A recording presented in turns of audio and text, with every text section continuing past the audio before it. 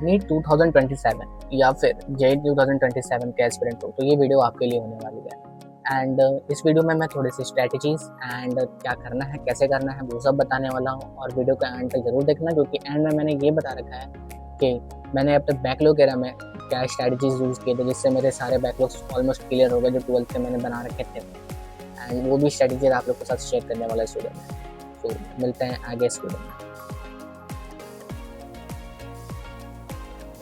सो आप अगर NEET 2027 JEE 2027 को टारगेट कर रहे हो, उसके एस्पिरेंट हो, तो इस वीडियो में मैं अपने रोड में बताने वाला हूँ कि मैं क्या फॉलो करूँगा और वो शायद ये आपको भी हेल्प करे। एक बार ट्राई जरूर करना। पहली बात या पहला स्टेप, अपने टारगेट को समझो, ठीक है। एग्जाम पैटर्न को समझो, सिलेबस को कंप्लीटली एनालाइज करो एंड टारगेट स्कोर डिसाइड करो। अपनी प्रिपरेशन की करंट लेवल चेक करो, होना क्या वाला है। इसमें बेसिकली क्या करना है आपको, अपना करंट सिलेबस देखो कि आपने अपना कहाँ तक सिलेबस कंप्लीट कर रखा है। आपके जो बैचेस हैं या फिर खुद सेल्फ स्टडी करते हो तो कितने पीछे हो, कितने पीछे चल रहे हो या कितने आगे हो, ये सब कुछ वहाँ पे अपने कॉपी पे नोट करो और एक टारगेट को स्कोर करो। एक टारगेट को मतलब बेसिकली फिक्स करो। तो उससे क्या होने वाला है कि आपकी जो करंट लेवल की स्ट्रैटेजी है या फिर उसमें थोड़े से चेंजेस लाओगे ना, तो आपको एक दिखेगा, एक एम होगा कि आपको यहाँ तक पहुँचना है। तो बेसिकली वो टारगेट अचीव करना थोड़ा आसान हो जाता है इससे।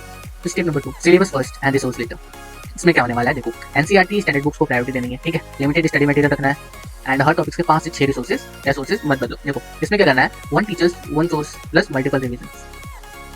सिंपल सी बात, हर टॉपिक के लिए 5 से 6 रिसोर्सेज मत बदलो। अब मान लो अगर आप एक चैप्टर पढ़ रहे हो किसी से, या फिर मूल कॉन्सेप्ट ले लो या फिर कोई भी चैप्टर ले लो, अगर एक टीचर से पढ़ रहे हो ना, अगर आप पैसे फॉलो कर रहे हो उसको फॉलो करो एंड अगर बैकलॉग्स बन गए हैं तो आप वन शॉट पे स्विच कर सकते हो। तभी स्विच करो जब ज्यादा बैकलॉग्स हो। अगर ज्यादा बैकलॉग्स नहीं है, 3-4 लेक्चर्स के बैकलॉग है, तो उस चीज को वहीं से क्लियर करने की कोशिश करो, तो ज्यादा बेटर होता है। स्टेप 3, मैं का रियलिस्टिक टाइम टेबल, ठीक है। बेसिकली होता क्या है, मतलब सारे एस्पिरेंट के सभी कोई अगर वो एस्पिरेंट ना भी हो, अगर अपने टाइम टेबल जो भी बनाते हैं कोई भी चीज़ के लिए, जिम के लिए हो या फिर कोई भी चीज़ के लिए, उसको फॉलो करना मुश्किल होता है।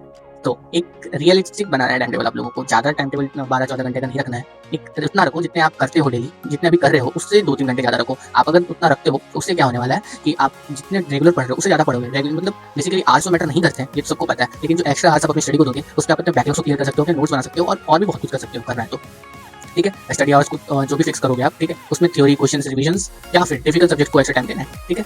टाइम टेबल को फ्लेक्सिबल रखो बट इम्पॉसिबल नहीं, समझे इस बात को। अपने टाइम टेबल को ऐसा रखो कि वहां तक एटलीस्ट पहुंच जाओ। ऐसा भी मत रख देना यार कि 18 आवर्स तक पढ़ना है और इम्पॉसिबल हो जाए करना, और आप पढ़ रहे हो 2-4 घंटा, तो इतना रख के भी कोई फायदा नहीं होने वाला, फॉलो नहीं होगा आपसे। Step 4, the 3 step study formula. Basically क्या करना है, सबसे पहले कोई भी टॉपिक है उसको लर्न करना है, ठीक है, एंड उसके बाद प्रैक्टिस एंड उसके बाद रिवाइज। कॉन्सेप्ट को समझना है, ये की होता है भाई, ठीक है। कोई भी टॉपिक पढ़ रहे हो, अगर कॉन्सेप्ट समझते हो तो उस चीज को रिवाइज करने टाइम इतना ईजी हो जाएगा कि आपको ज्यादा टाइम नहीं लगता है। एंड उससे फायदा ये होता है कि आप क्वेश्चंस कोई भी हो उस टॉपिक से, बेसिकली कोई भी टॉपिक हो, उस बेसिकली टॉपिक से अगर कोई भी इंसान कैसा भी क्वेश्चन बनाता है, अगर आपको कॉन्सेप्ट पता है तो आप उस क्वेश्चन को इजीली कर लोगे। फिर फ्री स्पेस रिवीजन करो। देखो क्या बोला, क्वेश्चन सॉल्व करो, मिस्टेक एनालाइज करो एंड फिर स्पेस रिवीजन करो। इसमें क्या करना है आपको, पहले क्वेश्चन सॉल्व करो, ठीक है, उसके बाद देखो कि आपने क्या क्या मिस्टेक्स किए, और मिस्टेक्स करने के बाद देखो कि उसको रिवीजन करने टाइम आप किस तरीके से सॉल्व कर सकते हो। अगर आपने कोई मिस्टेक किया, किसी कॉन्सेप्ट में मिस्टेक किया, कोई क्वेश्चन आपसे नहीं बने, उस क्वेश्चन को देखो और वहाँ के सॉल्यूशन को भी देखो, और ये भी समझो कि आप इस चीज को कैसे सॉल्व कर सकते थे और आपने क्या मिस्टेक की, ठीक है। इस पॉइंट का यही मतलब था। And 5 number, PYQs are non negotiable. तो बेसिकली ये नॉन नेगोशिएबल इसलिए है, इसको भुलाया नहीं जा सकता या इसको इग्नोर नहीं किया जा सकता, क्योंकि प्रीवियस ईयर क्वेश्चन जो रेगुलरली सॉल्व करो ना, उस पर क्वेश्चन का पैटर्न समझ आता है। अगर आप क्वेश्चंस को जानना चाहते हो, बेसिकली आप लोगों को तो ये भी पता ही होगा जेईई और नीट एस्पिरेंट को कि बहुत सारे क्वेश्चन रिपीटेबल होते हैं, तो बहुत सारे क्वेश्चन रिपीट होते हैं, एज इट इज भी रिपीट हो जाते हैं कभी-कभी, वरना तो ये ऑप्शंस थोड़े बहुत डिफरेंट होकर भी रिपीट होते हैं।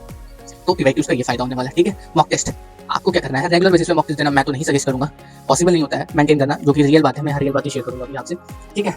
तो मॉक टेस्ट भी कब देना है, क्या करना है, आप देखो डीटीपी डेली दे सकते हो, ये भाई बात है, तो यह सच बात है कि डीटीपी डेली देना चाहिए। मॉक टेस्ट तभी दो जब आप कंफर्म हो कि ये चैप्टर आपका कंप्लीटली हो गया है, जो भी मॉक टेस्ट का सिलेबस है, ठीक है, तभी दो। तो देने का फायदा ये होगा कि आपको समझ भी आएगा ना कि आपने गलती क्या की है। अगर कोई टॉपिक आपसे छूट रही होगी तो आप समझ जाओगे और उसको जल्दी से पकड़ लोगे। अगर आपने चैप्टर ही नहीं पढ़ा अच्छे से और अगर टेस्ट देने के लिए बैठ जा रहे हो जस्ट बिकॉज ये सोच के कि कोई टेस्ट नहीं छोड़ना चाहिए, तो बेसिकली आपका तो कोई भी टॉपिक ही क्लियर नहीं है ना, तो आपको यही लगेगा कि मेरा सारा टॉपिक ही बेकार है, बेकार का डिमोटिवेशन होगा आपको। तो पहले चैप्टर एक बार पढ़ लो अच्छे से, उसको थोड़ा बहुत रिवीजन कर लो, क्वेश्चन प्रैक्टिस करो साइड से, फिर मॉक टेस्ट देने बैठो। उसके बाद 7 number, maintain a mistake notebook, ठीक है। वही बात है, हर टेस्ट के बाद एक नोट करो। देखो क्या करना है, टेस्ट दे रहे हो, कॉन्सेप्चुअल मिस्टेक, कैलकुलेशन मिस्टेक, ये सब जो भी सारे मिस्टेक्स लिखा हुआ है, टाइम वाली मिस्टेक्स, आपको क्या करना है, आप जब भी कोई टेस्ट देते हो, कोई भी मॉक टेस्ट देते हो, आप उसमें एनालाइज करो। वहाँ पे तो एनालाइज का एक ग्राफ आता है, ग्राफ पे देखो कि हर क्वेश्चन को अटेम्प्ट करने में कितने आवर्स लगे, कितने मिनट्स लगे, ठीक है। बेसिकली अगर फिजिक्स को कर रहे हो, एक टारगेट बनाओ, क्योंकि नीट के स्टूडेंट के पास 3 होते हैं, जेईई के स्टूडेंट के पास भी 3 होते हैं। क्वेश्चन आप सबको पता है कि ईच सब्जेक्ट के क्वेश्चन 45 होते हैं। आपको एक टारगेट फिक्स करना है कि इतने टारगेट तक करना है, इतने आवर्स के अंदर अंदर पूरे फिजिक्स को कंप्लीटली खत्म करना है। तो वो पहले फिक्स करना, एंड उसके बाद देखना कि उस आर्क में जल्दबाजी में या फिर कॉन्सेप्ट में मिस्टेक हो रही है, या फिर कैलकुलेशन मिस्टेक्स हो रही है, सिली मिस्टेक्स हो रही है, या टाइम मैनेजमेंट जो इशू जो मैंने अभी बताया वो इशू हो रहा है। तो उस चीज़ को मतलब नोटिस करो, इस चीज़ को एक जगह लिख लो। लिखने का फायदा होता है भाई, ठीक है, मानो या ना मानो, पहले मैं भी नहीं मानता था कि इसको लिखना है, क्या लिखना है, ब्रेन में तो है कि हाँ यहाँ पे मिस्टेक्स हुए हैं, बट एक्चुअली ये काम करता है, ठीक है। तो इस चीज़ को लिखना, और अगर वो क्वेश्चन दोबारा अगर आपकी आंखों के सामने आएगा तो आपको एक ही बात याद आने वाला है जो आपने कॉपी में लिख रखा है, यहाँ पे मैंने ये मिस्टेक किया था, वहाँ पे कोई और मिस्टेक किया था, तो इससे वो क्वेश्चन इजीली आप टैकल कर पाओगे। एक नंबर, ठीक है। रिवीजन की स्ट्रेटेजी, एक टॉपिक को सिर्फ एक बार पढ़कर छोड़ना है, समझ में आई?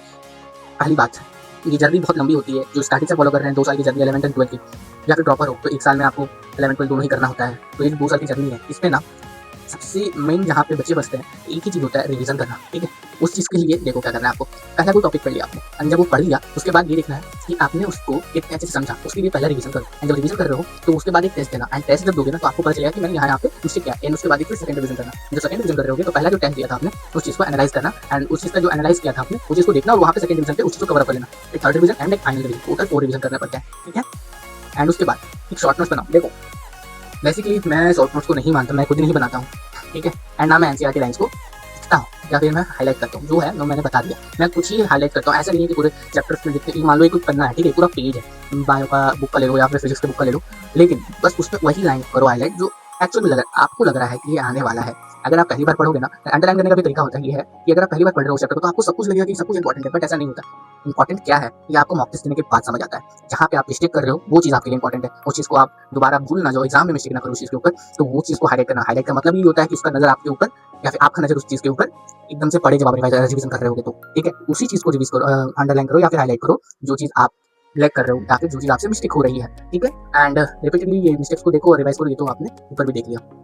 हाँ, और ये क्या कह रहा था मैं कि शॉर्ट नोट्स पे मैं तो बिलीव नहीं करता, बेसिकली टाइम कंज्यूमिंग होता है। आपको भी पता होगा कि नीट का जेन स्पिरिट जो भी होते हैं उनके पास बेसिकली पहले से टाइम का कमी होता है, तो मैं शॉर्ट नोट को सजेस्ट नहीं करता क्योंकि मैं भी नहीं बनाता, बट हाँ मैं फॉर्मूला शीट बनाता हूँ सिर्फ फिजिक्स के एंड फिजिकल केमिस्ट्री के, ठीक है, बस ये 2 चीज़ का मैं फॉर्मूला शीट बनाता हूँ। क्यों? क्योंकि उसमें फॉर्मूलाज होते हैं, बस फॉर्मूलाज को एक टाइम पे जल्दी से रिवाइज करने के लिए मैं ये बनाता हूँ, ये बहुत काम का चीज़ है। अब आपको अगर थ्योरी ही पूरा समझना है ना, तो मैं शॉर्ट नोट की जगह मैं ये बोलूँगा कि आप एक छोटा सा रिविजन का वो बहुत सारा मैराथन चलता है या वो भी चलता है यूट्यूब के ऊपर, वो जाके चेक कर लो, वो ज़्यादा इजी रहेगा आपको शॉर्ट नोट से पढ़ने से, ठीक है। 9 नंबर, बैकलॉग को इग्नोर मत करना, ये तो भाई मेन पॉइंट है, इसको तो हाईलाइट कर लो, ठीक है। क्यों बैकलॉग को क्यों नहीं इग्नोर करना है? आप मान लो 12th का अभी सब कुछ सही चल रहा है, ठीक है, बट 11 का बैकलॉग बना रखा है, अब आप 12 पे 12 पे फोकस करोगे तो आपसे क्या मिस्टेक हो जाएगी, या आपने 11 का तो कुछ किया ही नहीं है, एंड अगर बैकलॉग को इग्नोर करोगे तो आपको ये भी पता है कि 11 से सारा टॉपिक में से बहुत सारे क्वेश्चन आने वाले हैं, तो वहाँ पे कैसे करोगे, ठीक है। तो बैकलॉग्स को इग्नोर नहीं करना है, बैकलॉग्स को डेली थोड़ा थोड़ा करना है। कैसे करना है ये मैं आगे बताने वाला हूँ, ठीक है। जो मैंने बेसिकली अपने द बैकलॉग में फॉलो किया था वो बताने वाला हूँ, वो बहुत इफेक्टिव है, एंड जल्दी क्लास 11 का भी रिवीजन सेशन भी पूरा सीरीज ही लाने वाला हूँ, ठीक है, वो भी दिखा दूंगा, और उसके बाद क्या करना है सब कुछ बताऊंगा। ये step number 10, don't chase 12 to 14 hours. देखो ये तो पहले भी बोल दिया, टाइम टेबल की बात कर रही थी, ठीक है, आवर्स मैटर नहीं करते, ठीक है, प्रोडक्टिव आवर्स मैटर करते हैं, जो कि एकदम ट्रू है, ठीक है। मैं देखो मैं यही सजेस्ट करूंगा, जब आप टाइम टेबल बना रहे हो तो 12 से 14 आवर्स तक मत खींचो, कोई फायदा नहीं होने वाला। जैसे एक एग्जांपल लेते हैं, कोई बच्चा, ठीक है, अगर वो नॉर्मल बच्चा है, पढ़ने में कुछ ज़्यादा अच्छा खासा नहीं है, अगर वो पढ़ना चाह रहा है और वो ऐसे पहले से 3 से 4 आवर्स मतलब पढ़ ले रहा है एक दिन के अंदर, तो अगर उसको टारगेट अगर उसको बनाना चाहिए तो मैं सजेस्ट करूंगा कि 8 से 9 आवर्स तक रखें, जिससे टारगेट एक ऐसा रेंज में रखो ना जो अचीव करना ईजी हो जाए उसके लिए। तो अगर आप 8 से 9 आवर्स तक उसने वो रखा, ठीक है, टारगेट, तो हो सकता है अगर वो चाहता है, देखो होना ना होना तभी पॉसिबल है जब आप चाहोगे, तो अगर आप चाहोगे तो आप 8 से 9 आवर्स तक उस चीज़ को कंप्लीटली कवर अप कर सकते हो। अगर नहीं भी होता है पहला दिन में तो नहीं होने वाला, ये तो लिख के ले लो, ये मेरे से भी नहीं हुआ था जब मैं ये फॉलो करता था, तो अगर 8 आवर्स तक टारगेट करता था तो सिर्फ 6 आवर्स 4 आवर्स इतना तक होता था मेरे से, ठीक है। तो ऐसा होता है पहला दिन पे, लेकिन अगर आप एक डिसिप्लिन लाओगे ना अपने अंदर तो ये चीज़ ठीक हो जाती है, एंड उससे ज़्यादा इवन जितना टारगेट करते थे पहले स्टार्टिंग डे 1 पे उससे ज़्यादा ही पढ़ोगे एंड टाइम, ये बात याद रखना। एंड ये स्टेप नंबर 11, डिस्ट्रैक्शन को कट आउट। देखो भाई डिस्ट्रैक्शन ये जो भी है, ठीक है, आजकल सबका यही हम जाने कि डिस्ट्रैक्शन हो रहा है, भाई देखो ऐसा कुछ नहीं होता, आप सब कोई आजकल फोन या लैपटॉप से ही पढ़ाई करते हैं, ठीक है। मैं तो नहीं बोलूंगा कि सबको साइड ऑफ करो, नोटिफिकेशन ऑफ करो, ये सब करो, ये तो मैं लिख के लाया जो लोग मिस्टेक्स करते हैं या फिर जो लोग बेसिकली करते हैं डेली लाइफ में। आपको एक चीज़ बता दूं मैं, ठीक है, जिसने चाहा है ना, जिसको करना है, ठीक है, टाइम वैसे भी बहुत कम है, जिसको चाहा है, जिसे ये करना है वो उसके लिए ये सब चीज़ कुछ मैटर नहीं करता, वो इवन देखता भी नहीं, क्योंकि वो फोन से पढ़ रहा है। आजकल के लोग तो फोन से पढ़ रहे हैं ना, नोटिफिकेशन ऑफ करके, सोशल मीडिया डिलीट करके, ये सब कोई फायदा नहीं। आपके ऊपर सेल्फ कंट्रोल आना चाहिए भाई, एक दिन में बहुत कम बचा है, ठीक है, इतने कम दिनों में अभी भी आप डिस्ट्रैक्ट हो रहे छोटी मोटी चीज़ से, तो आप करोगे क्या? आप अगर अभी ही छोटे मोटे एक छोटी सी नोटिफिकेशन से डिस्ट्रैक्ट हो जा रहे हो तो आप कैसे करोगे एक एग्जाम, ये बताओ मुझे, ठीक है। इसलिए डिस्ट्रैक्शन का बात तो मैं नहीं करने वाला यहाँ पे, आपको खुद अपने ऊपर सेल्फ कंट्रोल लाना पड़ेगा। फाइनल रूल देखो, कंसिस्टेंसी बेस्ड मोटिवेशन। देखो ये चीज़ मैंने प्रूफ किया है, ठीक है, जो 2 महीने का पूरा जर्नी था, एक दिन भी मैंने एब्सेंट नहीं करा अपने पूरे लाइव सेशन पे, एंड स्टार्टिंग ही मैंने 15 आवर्स से किया था, अगर आपको याद होगा तो देखो कंसिस्टेंसी, उस जर्नी में मैंने एक चीज़ ही सीखा, एक चीज़ ये सीख लिया ना कि अगर आप कुछ नहीं जानते हो स्टार्टिंग में लेकिन आप कंसिस्टेंट हो तो कंसिस्टेंसी के थ्रू आपको ये फायदा मिल जाएगा कि अगर आप जो भी नहीं पढ़े हो ना वो चीज़ एकदम क्लियर हो जाएगी। कंसिस्टेंसी आपको एक चीज़ सिखा देती है, अगर आपका कुछ भी क्लियर ना हो या फिर कुछ हासिल ना हो, अगर कुछ रिजल्ट ना मिले तो एट द एंड कंसिस्टेंसी से ये रिजल्ट मिल जाएगा कि आप मेहनत करना सीख जाओगे। ठीक है, मोटिवेशन एक दो दिन तक काम आता है लेकिन कंसिस्टेंसी हमेशा के लिए काम आएगा, ये बात तो है। चलो यहाँ तक तो हो गया कोई टिप्स एंड ट्रिक जो करना था। अब मैं ये बताता हूँ थोड़ा सा कि अभी नीट 2027 के लिए कितने दिन बाकी है। देख 265 डेज, ठीक है। एंड अगर मैं तो एक ही चीज सजेस्ट करने वाला, 265 डेज अभी से बाकी है, उसमें से 50 डेज तो आप माइनस कर दो, ठीक है। अगर आप माइनस कर दोगे तो आपको एक चीज समझ आ जाएगी। देखो 50 दिन मैंने माइनस क्यों करवाया, क्योंकि जो लास्ट का 50 दिन है ना उस पर सिर्फ आप मॉक टेस्ट दो, ठीक है। तो मॉक टेस्ट दोगे ना तो वो बहुत ज्यादा इफेक्टिव हो जाएगा लास्ट दिन में, तो इस चीज को साइड ही कर दो, तो सबको पता है। लेकिन जो 215 दिन के अंदर अंदर आपको करना है, ठीक है, उसमें क्या करना है, जो ये चीज ऊपर मैंने बता रखा है उस चीज को फॉलो करना है। एंड ये रहा जेई का कुछ, ठीक है। जेई में सिर्फ अभी 165 डेज बाकी है एंड 165 डेज यानी कि आपको कुछ ज़्यादा मेहनत करना है ब्रो, ठीक है। आप जो भी जेई के एस्पिरेंट हो सबको बहुत ज़्यादा ही मेहनत करना है। आपने दिन तो नहीं है लास्ट में आपको रिवाइज करने का, बट अगर आप अभी से भी करते हो ना बिना मॉक टेस्ट देने का, कुछ दिन वगैरह तो मैं नहीं काटूंगा क्योंकि टाइमिंग बहुत लिमिटेड है आपके पास, लेकिन ना अगर आप करते हो तो पहला अटेम्प्ट अच्छा से चला जाएगा एंड उसके बाद जो अप्रैल वाला होगा वो तो उसके लिए तो अभी भी 245 डेज बाकी है अगर आपको दिख रहा हो तो, ठीक है। तो पहला अटेम्प्ट के लिए 165 डेज है एंड दूसरे के लिए 245 डेज। तो आगे आप मैं बताता हूँ कि मैंने क्या क्या फॉलो किया था। हाँ, तो अब ये बताना था मुझे कि मैंने अपने बैकलॉग सेरा में क्या क्या किए थे। तो मैंने अपने बैकलॉग सेरा में टारगेट फिक्स कर लिया था, ठीक है, कि मुझे क्या क्या करना है, कैसे करना है। एक टॉपिक लिखा, सारे टॉपिक्स लिखे एंड सारे टॉपिक्स लिखने के बाद मैं ऐसा भी नहीं किया कि सब कुछ डे 1 पे ही मुझे क्लियर करना है। बेसिकली ये सबके दिमाग में आता है कि डे 1 पे ही सब कुछ क्लियर कर लें, जल्दी जल्दी आगे बढ़ जाए। कर लोगे लेकिन कोई फ़ायदा नहीं होने वाला है, ठीक है।